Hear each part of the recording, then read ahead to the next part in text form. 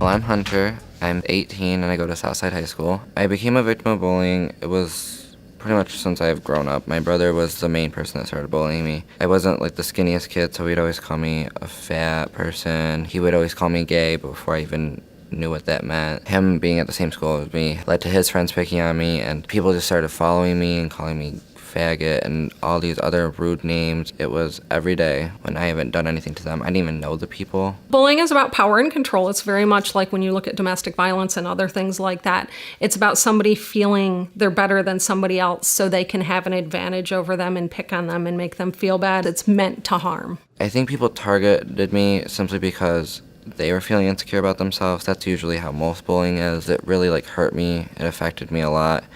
It made me depressed. I felt like I wasn't good enough for anybody. The words don't ever go away. They stay with them forever, and they remember the names and they remember the hurt it caused. It takes on a lot of different forms, so it's very hard to keep control of. A lot of emotional bullying, the name calling, that kind of thing.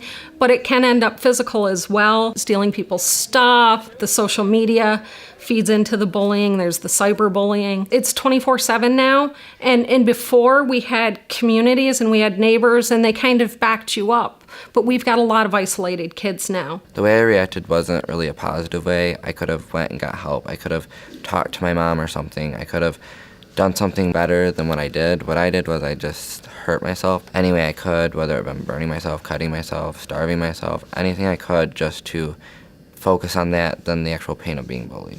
Drug and alcohol issues can be a result of bullying. We've had kids that have hurt other kids, or a lot of the school shootings and stuff sometimes get related to bullying because that was the way they could get even. Kids sometimes will turn into the bully to defend themselves as a defense mechanism. They feel that if they are bullying somebody else, they are no longer going to be the target. When I was getting bullied, I would pick on anybody for no reason. There really wasn't a reason behind it. I would just see someone and be like, I'm going to pick on them because I got picked on. They deserve it too. How I found support was I mostly talked to some family members, like my sister. She gave me so much good advice. She was there for me when I really needed her. Having a strong supportive group of friends and family members and just learning who I was. And once I learned who I was, I just realized they're not worth my time. I'm more of a better person than that, and it caused me to gain a lot of confidence. I also joined community events, starting at the YWCA, and getting myself involved and not focusing on it. 4 years ago, when the bullying was really bad, and I thought,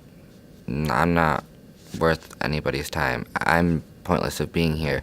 I might as well just end it now and save everyone the problem. But now that I have experienced it and found a way to make myself happy and comfortable with myself, I think my life's gone way better. I'm happy with who I am. I have a great group of friends who are actually there for me and support me, and I have a great supportive family. And I've just found out who I really am instead of having to put on a fake act just so other people will like me. Hunter's been through a lot, and for a kid like him to be able to make a change in his life and to be able to stand up for an issue, anybody can do that. You just have to have the heart. You just have to have the energy, which he has a lot of, and you have to care. And there's a lot of kids out there that care. We have to use them as our resource to combat this issue. I do the Speak Up, Stand Out program, which helps prevent bullying by standing up and speaking out towards it. I like it because I'm helping people who are in the same situation I am. I get to put my word out there and let people know it will get better. It's not gonna be like this forever. You just got to find a happy place in your life. And if you're not there yet, you'll get there. I don't think we can afford to lose kids. We know very close to us kids have lost their lives due to the stress of bullying, and I'm not willing to do that without a fight. For all these kids, let them know they're worth something, that they have value.